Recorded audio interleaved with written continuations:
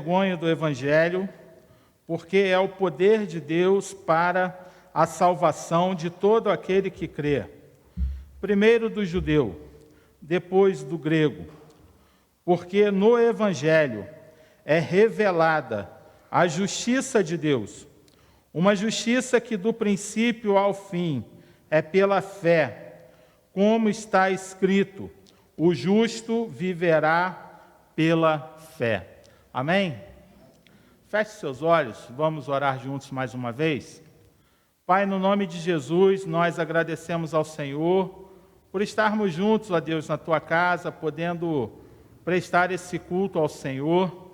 E queremos nessa hora, ó Deus, clamar a Ti, que continue falando conosco, como tem falado até agora, através dos louvores, das orações, das leituras que já foram feitas, Senhor.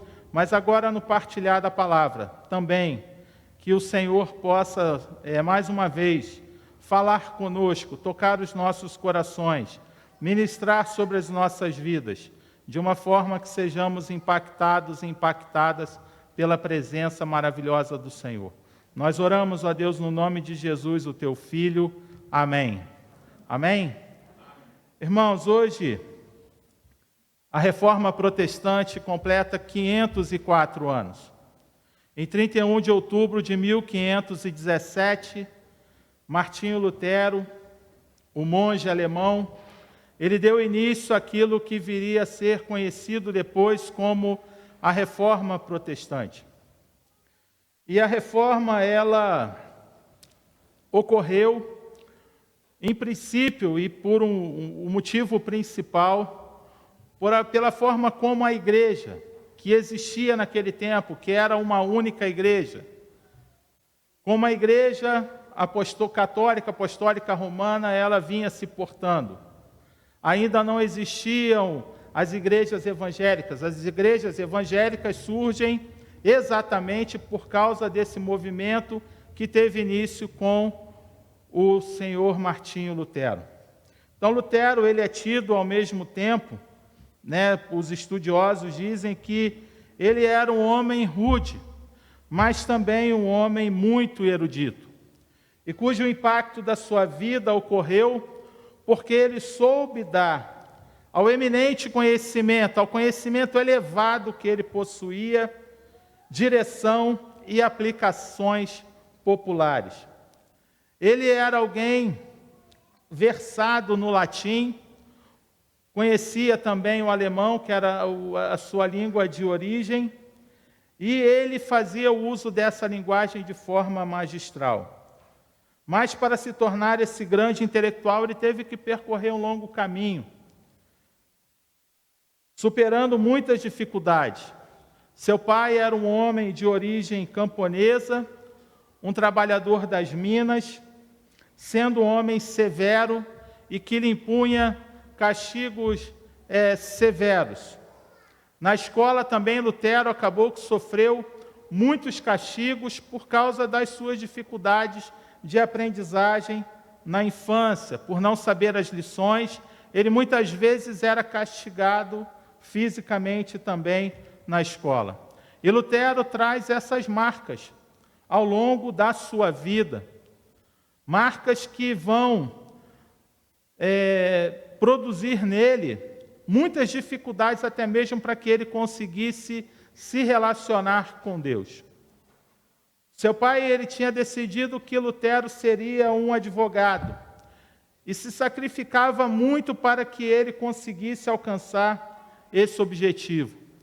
Mas Lutero, preocupado com a questão do destino da sua alma, apavorado pelo temor do inferno e da morte, durante um forte temporal, aos 22 anos mais ou menos, Lutero faz a promessa de que não seguiria os planos do seu pai, mas entraria para a igreja e se tornaria um monge. A preocupação com a própria salvação era algo que era comum naqueles dias. Muitas pessoas nutriam essa preocupação, esse era o panorama desse ambiente em que Lutero ele vivia. Então ele, após esse temporal, ele toma essa decisão ele toma o hábito, ingressa no serviço sacerdotal, mas ele nutria no seu coração um temor esmagador de Deus que o pressionava muito, pois ele não se sentia seguro de que tudo aquilo que ele estava fazendo era o suficiente para que ele alcançasse a salvação que ele tanto desejava, que ele tanto esperava. A imagem que Lutero tinha de Deus era comparada à que ele possuía dos seus pais e dos seus educadores. Para ele, Deus era um juiz severo, que no julgamento final pediria conta de todas as suas ações e ainda assim ele estaria faltoso com esse Deus que era um juiz severo. As suas boas obras e a confissão se tornaram insuficientes ainda para atenuar as suas faltas e para justificá-lo diante de Deus. Ele nutria um sentimento muito profundo de ser um grande pecador, pois o seu pecado era muito mais poderoso do que ele. Mas não se engane os irmãos, isso não significava que Lutero fosse alguém licencioso, fosse alguém que tivesse uma vida imoral. Ele lutava todos os dias e mortificava a sua carne para ter uma vida ilibada, castigava o seu corpo, confessava seus pecados constantemente e sempre preocupado em não esquecer nenhum desses seus pecados. Mas nada disso era suficiente para que ele conseguisse diminuir o sofrimento que ele trazia consigo no seu coração e esse sentimento de sempre estar em falta com Deus. E talvez, para muitos de nós, essa ainda seja uma realidade. Talvez, em muitos sentidos, nós podemos ser comparados a Lutero. Às vezes, nós vivemos a nossa vida, buscamos ter um relacionamento sincero, piedoso com o Senhor, mas vivemos assombrados muitas vezes, muitas pessoas vivem assombradas com medo de estarem em falta com Deus. Eu tive um paciente que vivia essa dura realidade. Ele não conseguia encontrar alegria na vida porque ele achava o tempo todo que ele estava errando com Deus. E vivia recorrendo ao sacramento da confissão. Ele é um homem da tradição católica. E vivia, hoje ele não está mais comigo, eu não sei como está a situação dele, mas durante os quase 3 anos que eu tive a oportunidade de acompanhá-lo, essa era uma preocupação recorrente na vida daquele rapaz. Ele vivia temeroso de que as suas faltas, as coisas que ele fazia, poderiam estar atrapalhando a vida dele com Deus, e isso trazia a ele um grande sofrimento, um sofrimento até mesmo de ordem psíquica. Mas então Lutero, tomado por esse sofrimento, por esse pavor, ele ouve de um conselheiro, de um líder espiritual dele, a indicação de que ele mergulhasse na literatura dos místicos medievais. Sendo cativado algum tempo por esse caminho proposto por esse líder espiritual, ele conseguiu caminhar por algum tempo, achando que era suficiente amar a Deus e que todo o resto seria apenas consequência desse amor, que não era necessária a preocupação exacerbada com os seus erros, com os seus pecados. Mas Lutero, logo, ele percebeu que para ele era muito difícil conseguir amar a Deus, porque ele via em Deus a imagem que ele tinha dos seus pais e dos seus mestres, que o surraram, que o castigaram durante boa parte da sua vida. Eu quero fazer um parênteses aqui, porque também na nossa relação pastoral com pessoas, nós muitas vezes identificamos pessoas que têm dificuldade de reconhecer Deus como um Deus amoroso, como um Deus que é amor, como um Deus que deseja nos amar, que criou esse universo e nos criou, e enviou o seu Filho para que nós pudéssemos ter um relacionamento de amor com Ele. E a dificuldade que muitas pessoas têm se assemelha a essa dificuldade do grande reformador alemão, porque identificam em Deus os conceitos que têm sobre os seus pais terrenos. E é importante que a gente possa entender que Deus é um Pai de amor. Talvez o seu pai, talvez você que esteja assistindo, acompanhando essa mensagem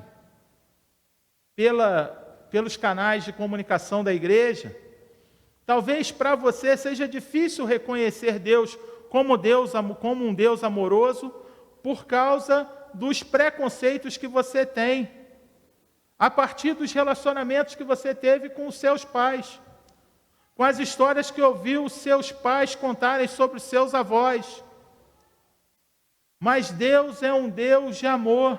O Deus revelado em Jesus Cristo é o Deus que é o Abá, o papaizinho. O papaizinho é aquele sussurro, aquele balbuciar da criança, que ele não sabe bem o que significa a palavra pai, mas ele sabe que o pai é aquele que protege, o pai é aquele que cuida, o pai é aquele que acolhe quando cai, se machuca, o pai é aquele que está preocupado o tempo inteiro em dar condições para que essa criança fique bem. E ainda que ela não entenda o significado da terminologia da palavra pai, mas ela sabe que pai é aquele que cuida dela. E Jesus, quando ele se refere a Deus, ele se refere como o Abá, como o papaizinho, como esse balbucio de uma criança que está ali descobrindo a vida e que reconhece no seu pai aquele que é o provedor, aquele que é o cuidador, aquele que é afeto, aquele que é amor. Esta é a grande diferença, uma das grandes revelações do Deus em Jesus Cristo, é essa. Porque os judeus, eles não tinham em Deus, eles não podiam sequer falar a palavra Deus, o nome em Deus. Eles usavam diversas nomenclaturas para poder se referir a Deus. E Jesus Cristo chama Deus de Pai, de Abá, de papaizinho. E é importante que nós possamos nos lembrar que o nosso Deus é esse Deus que deseja cuidar de nós, deseja nos proteger, deseja nos sustentar, deseja nos corrigir quando necessário, mas faz tudo isso em amor. Então Lutero ele tinha essa grande dificuldade, por causa da imagem distorcida que ele trazia dessa relação com seus pais. Então, novamente, um outro líder espiritual dele sugere que ele começasse a repetir aquilo que havia sido feito alguns séculos antes por um outro religioso chamado Jerônimo. Jerônimo encontrou no estudo do hebraico uma forma de escapar das suas tentações. Assim, o estudo, o ensino e o trabalho puderam conceder, talvez pudessem conceder, um resultado semelhante, e sendo preparado e encaminhado para dirigir cursos na Universidade de Wittenberg. Ele inicia, então, as suas aulas, as suas classes na universidade sobre os salmos, e sempre interpretando esses salmos de forma cristológica, ou seja, nos salmos era Cristo quem estava falando. E Lutero, ao interpretar cristologicamente os salmos, ele passa a perceber que Cristo passou por muitas angústias, angústias que se semelhavam às angústias que ele vivia de alguma forma. Mas ainda assim, isso não conseguiu ajudá-lo completamente, porque havia crença popular de que Deus Pai exige justiça, mas é o Filho quem perdoa os pecados apenas, uma coisa muito simplória. E Lutero ele entendia que essa era uma ideia falsa. Então, em 1515, por volta de 1515, ele faz a sua grande descoberta. Quando ele estava estudando a Carta aos Romanos, os textos que nós lemos nessa noite, quando ele estava ali estudando, se preparando para ministrar as suas palestras, logo no primeiro capítulo da carta dessa epístola, ele encontra a resposta para as suas dificuldades. Mas isso não ocorre com facilidade. Ele conta que a descoberta de que o justo viverá pela fé foi precedida por grande, amarga angústia, porque o versículo 17 diz que é no Evangelho que a justiça de Deus ela se revela. Mas era precisamente a justiça de Deus que Lutero não conseguia tolerar. Era exatamente a questão da justiça de Deus que impedia que Lutero conseguisse compreender Deus como esse Deus completamente bom e amoroso e cuidadoso. Então Lutero ele ficou ali meditando dia e noite nessa frase, porque isso chegava a beirar o ódio, diz os estudiosos. A frase de que a justiça, o Evangelho revela a justiça de Deus. Isso mexeu com as entranhas desse homem. E por causa disso ele meditou dia após dia, noite após noite, nesse texto. Até que em um momento ele foi surpreendido. É como se as escamas que estavam diante dos seus olhos, os tampões que estavam nos seus ouvidos, eles caíssem completamente. E Lutero, então, ele é surpreendido porque a justiça de Deus se refere ao fato não de que ele, Deus, castiga os pecadores, mas que a justiça do justo não é a obra própria, mas é um dom de Deus. É um presente que Deus nos concede. Não são as minhas obras que me tornam justos diante de Deus, mas é a fé que eu nutro na justiça de Deus que se revela no Evangelho. O Antigo Testamento, ele dizia o quê?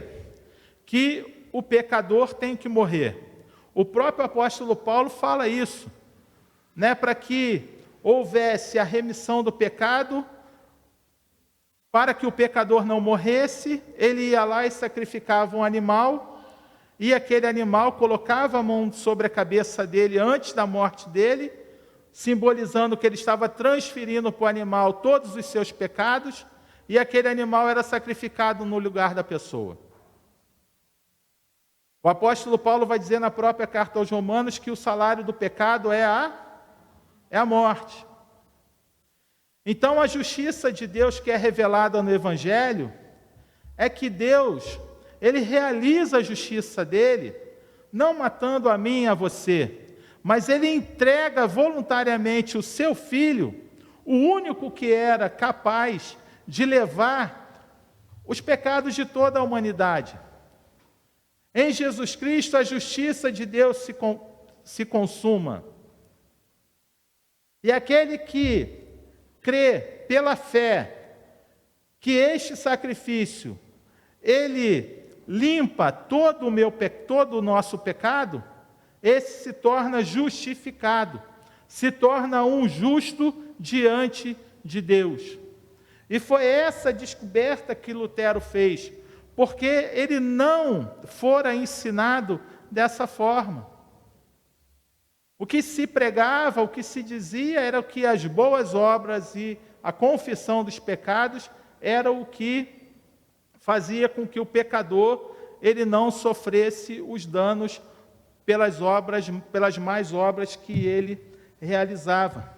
Então, a justiça de Deus, é que tem quem vive pela fé, não porque seja justo em si mesmo, ou porque cumpra as exigências da justiça divina, mas porque Deus lhe dá esse presente, Deus lhe dá esse dom. Tanto a fé quanto a justificação do pecador são obras de Deus. É um presente, é um dom gratuito que está acessível para todas as pessoas em todos os tempos. E Lutero, ele conseguiu compreender disso. Então, a partir desse momento, a justiça de Deus não mais o encheu de ódio, mas se tornou indizivelmente doce, em virtude de um grande amor que ele descobriu. Dizem lá os historiadores, falando sobre a biografia dele, que ele diz, quando ele faz essa descoberta, ele relata que era como se as portas do paraíso tivessem sido abertas para ele. De tão profundo que era essa necessidade, tão sincera que era essa vontade dele de conseguir entender e compreender aquilo que Deus desejava fazer, não apenas a ele, mas a todos nós, a mim, a você e todos aqueles e aquelas que desejarem, que sentirem necessidade, que sentirem carência desse amor que é revelado em Jesus Cristo, o nosso Senhor. A justiça de Deus se cumpre com o castigo do pecador, mas não nele mesmo, mas em Jesus Cristo, nosso Senhor. E foi esse mistério que fez com que Lutero se rendesse e avançasse em sua libertação do peso do pecado e da imagem distorcida sobre a justiça de Deus, ofuscada pelas suas experiências pessoais. Isso fez com que ele começasse a questionar a venda de indulgências, a venda de documentos que absolviam o pecador. E ainda que ele não soubesse, mas esse ato dele de se opor à venda das indulgências fez com que ele começasse também a se opor ao lucro alcançado através desse comércio. Diz a história que o Papa Leão X recebia metade daquilo que era arrecadado com a venda de indulgências na Alemanha, e esse dinheiro foi investido no término da Basílica de São Pedro. As obras estavam paralisadas por muitos anos, e diz a história que esse Papa conseguiu, através da venda das indulgências, arrecadar os recursos para o término daquela obra.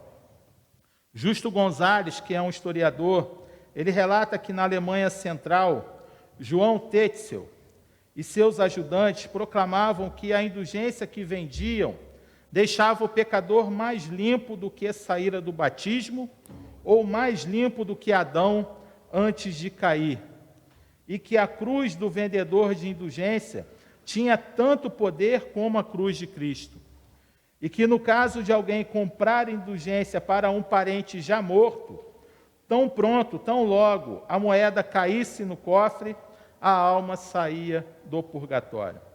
Outro historiador, perdoe aí a minha pronúncia, eu não sou versado no inglês, mas eu vou me esforçar, Early E. Cairns, relata que as indulgências estavam diretamente ligadas ao sacramento da penitência. Após arrepender-se e confessar o pecado, o sacerdote garantia a absolvição desde que o pecador pagasse com alguma coisa.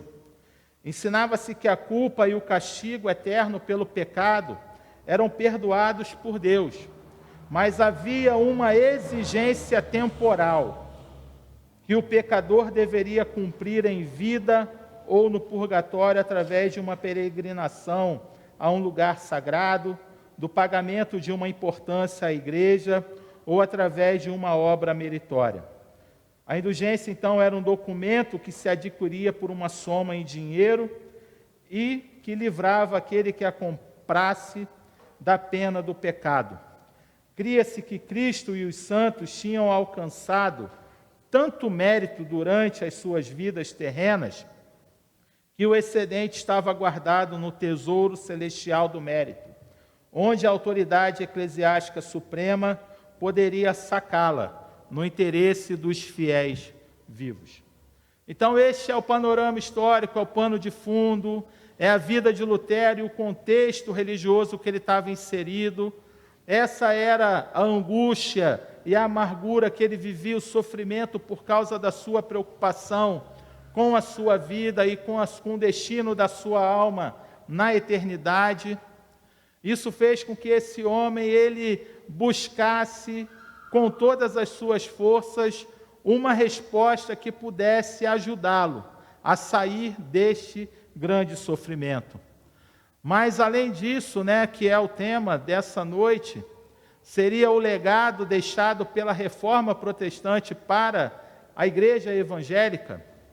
Eu gostaria de destacar rapidamente, para a gente concluir, apenas algumas coisas que Lutero, a partir desse momento, a partir desse embate que ele teve, porque ele, percebendo esse contexto religioso que ele vivia, ele escreve 95 teses que confrontavam o modus operandi da religião dos seus dias, e ele é questionado por causa disso, ele é obrigado a tentar justificar aquilo que ele estava escrevendo, ele foi obrigado a negar tudo aquilo que ele havia escrito e aquilo que ele acreditava, mas ele dizia que um homem não pode ir contra a sua consciência. E por causa disso ele manteve tudo aquilo que ele acreditava, tudo aquilo que ele descobriu no estudo da palavra de Deus, tudo aquilo que ele compreendeu a partir de uma leitura séria daquilo que é a vontade de Deus para mim e para você. E Lutero, então, a partir disso, a primeira coisa que eu poderia destacar é que ele começa uma tradução das Escrituras. Ele começa a traduzir a Bíblia, que eles tinham em mãos, que era em latim, e ele traduz a Bíblia para o alemão. E com isso, a Bíblia agora pode chegar na mão do povo. O povo agora pode ler a Bíblia.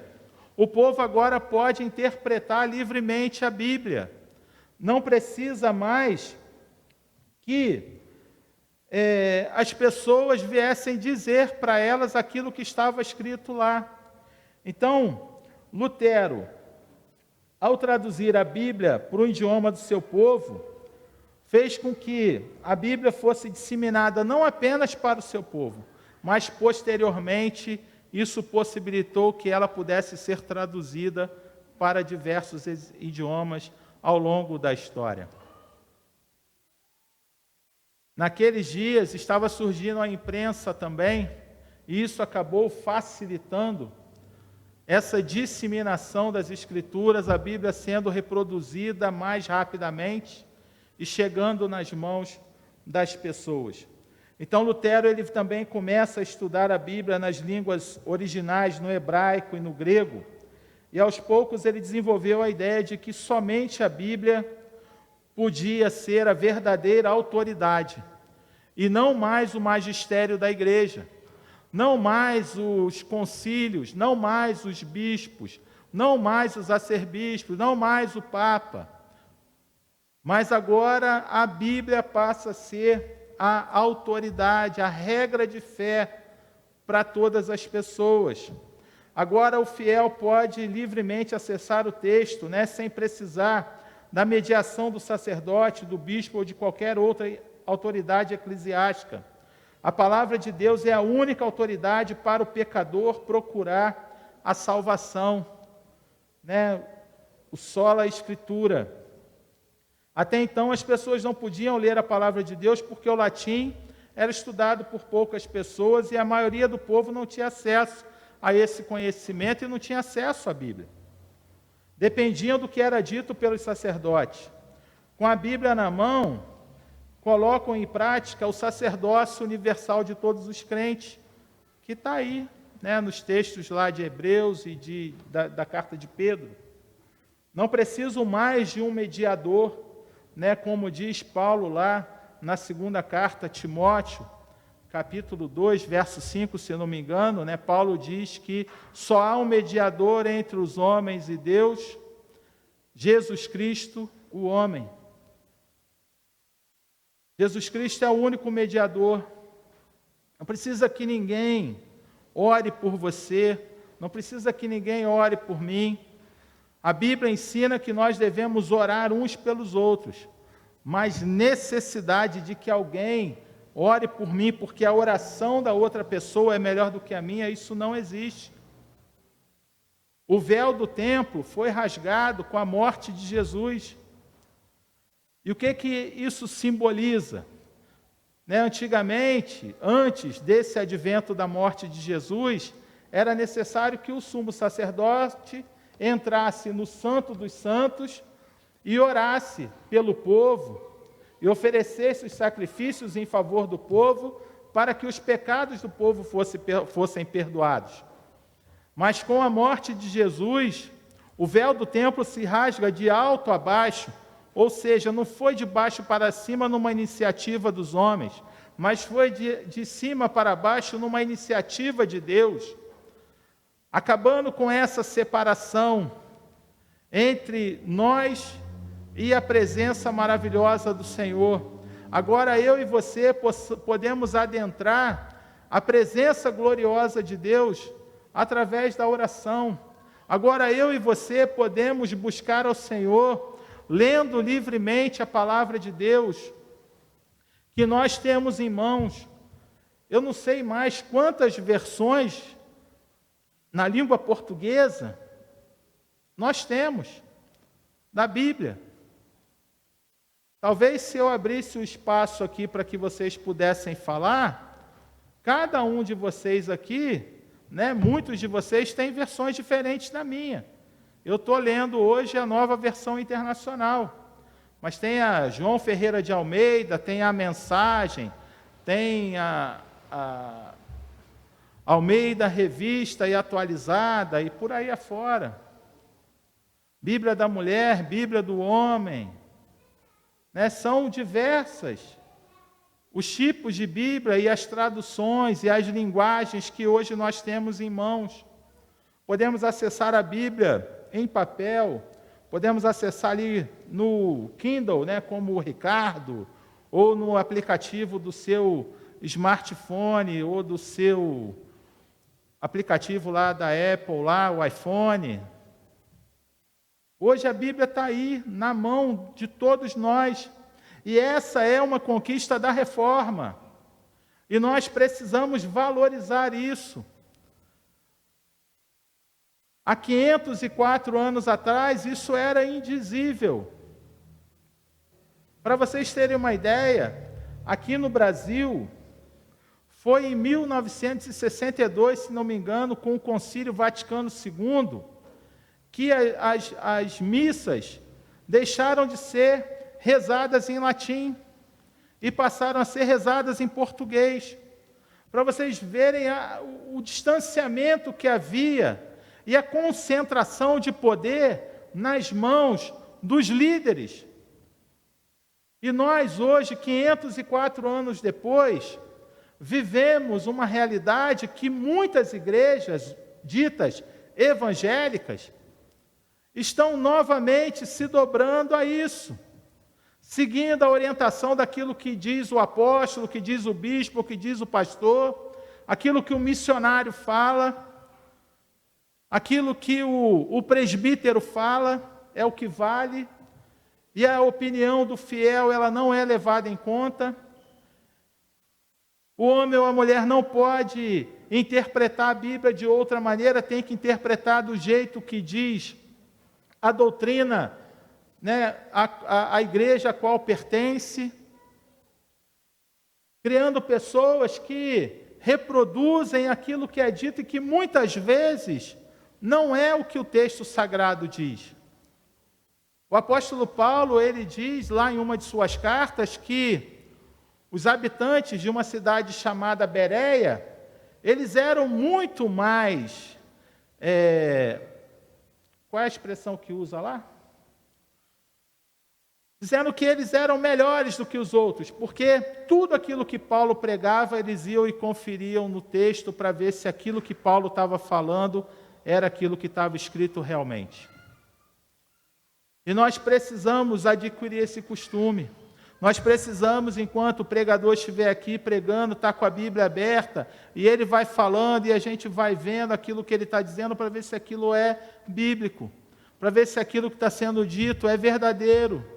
Não que a gente vai ficar questionando todo mundo, mas é algo saudável que nós precisamos nutrir, porque muitas pessoas pagaram o preço para que a Bíblia pudesse estar hoje nas nossas mãos, e da forma como nós a temos. Então é fundamental que a gente possa voltar ao texto, e voltar à Escritura, e comparar os textos, aproveitar a diversidade das versões.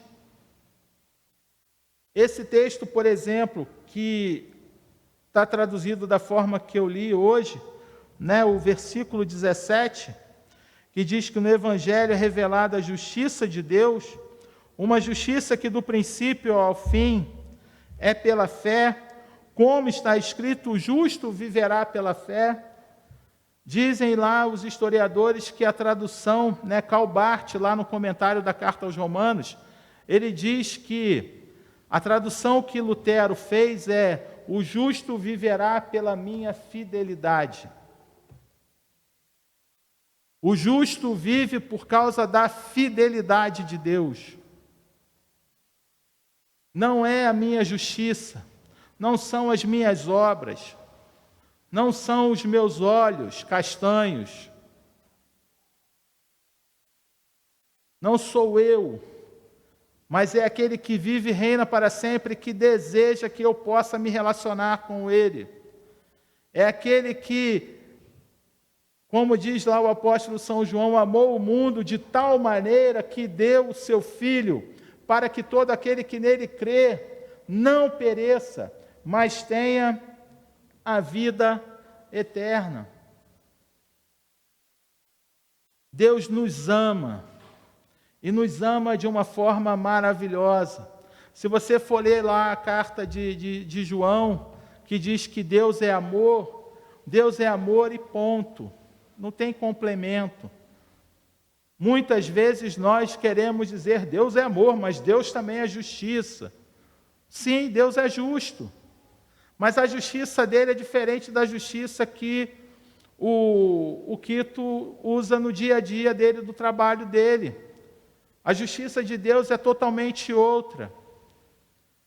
É uma justiça que não leva em conta aquilo que eu fiz, mas ele leva em conta o sacrifício de Jesus. Nós somos selados com o Espírito Santo, com a marca do Cordeiro.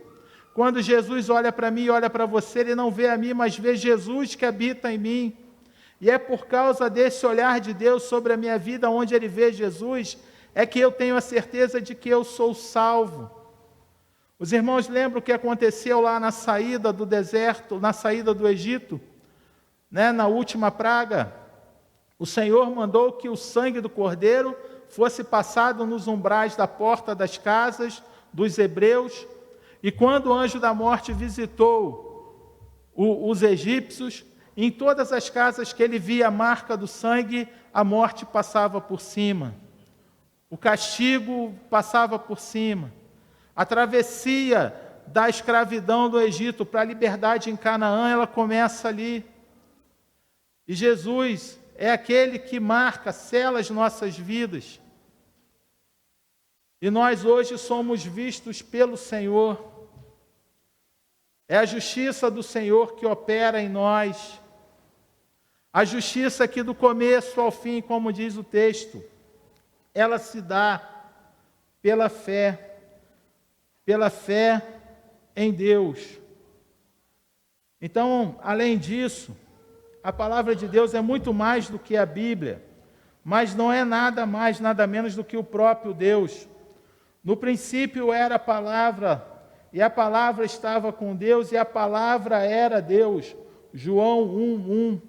Quando Deus fala, Ele não apenas comunica uma informação a nós, mas sobretudo ele atua. Em Gênesis vemos que a palavra de Deus é força criadora. Disse Deus, e aquilo que Deus dizia acontecia. Assim, quando Deus fala, Ele cria aquilo que Ele pronuncia. A sua palavra, além de dizer-nos algo, faz algo em nós e em toda a criação. A Bíblia é a palavra de Deus porque nela Jesus Cristo chega até nós. Quem lê a Bíblia e não encontra nela Jesus, segundo Lutero, não tem lido a palavra de Deus. Foi construída a ideia de que, como a igreja escolheu quais livros formariam o cânon, os livros considerados sagrados, a igreja detinha, a igreja dos seus dias detinha as autoridades sobre as Escrituras. A resposta de Lutero era que nem a igreja criou a Bíblia, nem a Bíblia criou a igreja, mas ambas foram criadas pelo Evangelho.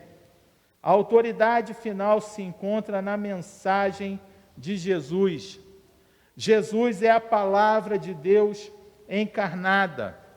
Por isso, toda a Escritura deve ter como chave hermenêutica, como chave de interpretação, a vida e a obra de Jesus Cristo, o nosso Senhor. Todas as vezes que nós pegamos a Bíblia para ler, devemos nos lembrar daquilo que Jesus disse. Por isso é fundamental que, constantemente, dia após dia, devemos ler todos os livros da Bíblia, mas devemos sempre voltar ao Evangelho, para ver no Evangelho aquilo que Jesus nos ensinou. Jesus, em muitos momentos, dizia, a lei diz isso, os profetas dizem isso, mas eis que eu vos digo. Então, é a partir da leitura de Jesus, a partir daquilo que Jesus fez, que nós precisamos fazer a nossa leitura, a nossa interpretação da palavra de Deus. Foi pago um preço muito alto pelo Senhor na cruz. Aqueles que deram continuidade à história da igreja também pagaram um preço. Durante a história, muitas vezes a igreja se perdeu, mas ao longo da história o Senhor sempre foi enviando pessoas que pudessem trazer a sua vontade de volta para o centro. Um dos princípios da reforma é que a igreja reformada sempre se reformando. Não que precisemos criar novas reformas, novas doutrinas, mas devemos voltar a entender e colocar em prática aquilo que os homens do passado fizeram e que realizaram e que permitiram que hoje nós pudéssemos estar reunidos aqui com essa pluralidade de igrejas, podendo ser igreja batista como nós chamamos, porque nós nos identificamos assim, porque a maneira como nós interpretamos a Bíblia, ela vem da história daqueles que nos antecederam.